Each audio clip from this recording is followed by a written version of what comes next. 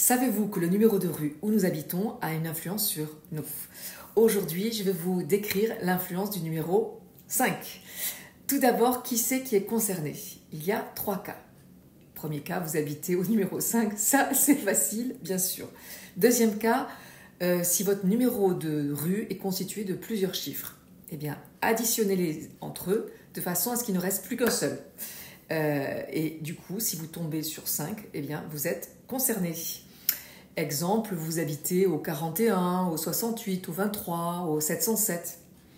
Troisième cas, si votre numéro d'habitation est composé d'un 5, comme 58, 125, 45, mais le total ne fait pas 5.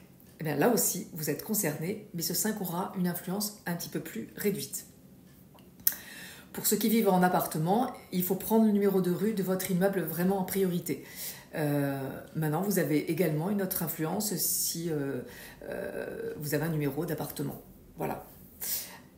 Alors, quand on habite dans une maison ou un appart qui porte la vibration 5, les occupants, tous, doivent s'intéresser à une ou plusieurs des thématiques suivantes.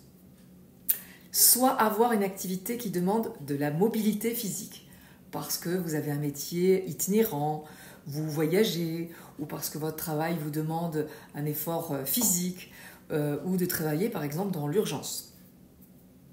Soit avoir une activité qui demande de la réactivité intellectuelle, ou de s'intéresser à plein de choses diverses et variées, bref, d'être curieux de tout. Soit avoir des intérêts pour ce qui est innovant, être intéressé par les nouvelles tendances, aller sur de nouveaux chemins, changer régulièrement d'activité, dès qu'il y a de l'ennui. Voilà, ça bouge.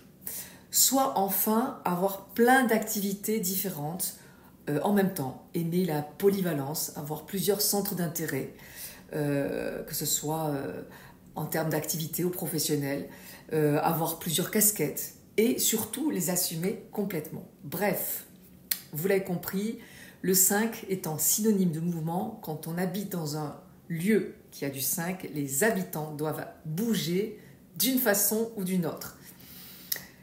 Par ailleurs, sachez que si votre arbre personnel en numérologie stratégique est composé d'un ou de plusieurs 5, ce lieu va vous aider à l'exprimer favorablement. Donc profitez-en. Quoi qu'il en soit, que vous ayez du 5 ou pas dans votre arbre personnel, il sera essentiel que vous cherchiez à avoir une façon de vivre qui vous fasse bouger physiquement et ou intellectuellement. Et surtout, que vous vous sentiez libre d'agir. Sachez également que si vous êtes dans cet endroit, c'est pour vous aider à gagner en liberté, surtout si vous en manquez.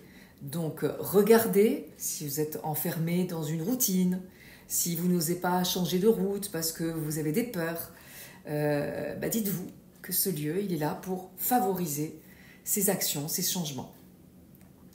Donc on l'a compris, si les personnes qui vivent dans ce lieu n'ont aucune activité décrite précédemment, eh bien elles ne se sentiront pas vraiment portées par ce lieu, elles pourront même ressentir la sensation d'être enfermées ou bloquées dans une situation, ou d'avoir besoin de sortir de la maison tout le temps, en bref, d'avoir besoin de prendre l'air, ou d'être soi-même un courant d'air. Bref, avoir un côté un peu inconséquent ou impulsif, ou bloqué, voilà. Du coup, pour se sentir bien dans ce lieu, afin qu'il nous porte, il faut oser changer de route, de comportement, bouger dans sa tête et ou dans son corps. Tout ce que je viens de décrire concerne également les lieux professionnels. Donc, pour que votre profession réussisse dans ce lieu, il vaut mieux éviter d'être monotâche ou que votre activité soit répétitive ou sans mouvement, ou consistant à effectuer une activité qui soit, vous voyez, sur des rails, sans changement ni variété. Voilà, ces conseils sont très très importants. Vous l'avez compris, nous n'habitons pas donc dans cet endroit par hasard. Ce lieu est là pour nous aider à nous faire avancer sur notre chemin. On n'est pas là dans cette maison pour rien. Si vous êtes intéressé pour d'autres nombres de rues, sachez que j'ai déjà effectué le numéro 2 et le 11, le numéro 4 et le 22 et le numéro 7. Donc si vous voulez les découvrir, il vous suffit d'aller sur ma chaîne YouTube Numérologie stratégique by Lydie Castel, YouTube. Puis vous cliquez sur Playlist et choisissez l'influence des numéros de rue. Alors pourquoi le numéro de notre rue nous influence-t-il? Eh bien, sachez qu'en fait, je n'ai pas l'explication. C'est juste que par mon expérience, en tant que numérologue professionnel, je constate que les nombres qui composent notre identité, comme notre date de naissance, nos noms et prénoms transformés en nombres, tous les nombres associés à notre identité nous influencent, qu'on le veuille ou non. Ils influencent notre caractère, nos comportements, nos besoins fondamentaux, nos dons, nos talents, et même nos blocages. J'ai pas l'explication du pourquoi, du comment. Je constate juste depuis des années, 15 ans, en gardant toujours un esprit ultra critique, que c'est bluffant. Donc n'hésitez pas à vérifier vous-même en faisant une petite expérience. Allez sur le site de l'ICERN, www.icerns.com, puis cliquez sur Calcul et méthodologie, puis Calculez mon arbre personnel. C'est totalement gratuit, vous découvrirez les 8 nombres qui caractérisent votre arbre personnel.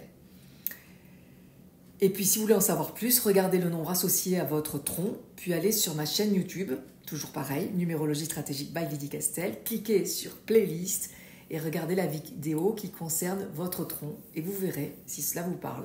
Voilà. Et si vous voulez aller plus loin, eh bien vous avez mes livres que vous trouverez toujours sur le site de l'ICERN ou la possibilité de prendre rendez-vous avec un des maîtres praticiens que j'ai certifiés pour leur professionnalisme. Ils sont peu nombreux, c'est pour cette raison. Donc à très bientôt. Je vous donne rendez-vous pour l'analyse du mois de juin à venir dans quelques jours. À très vite.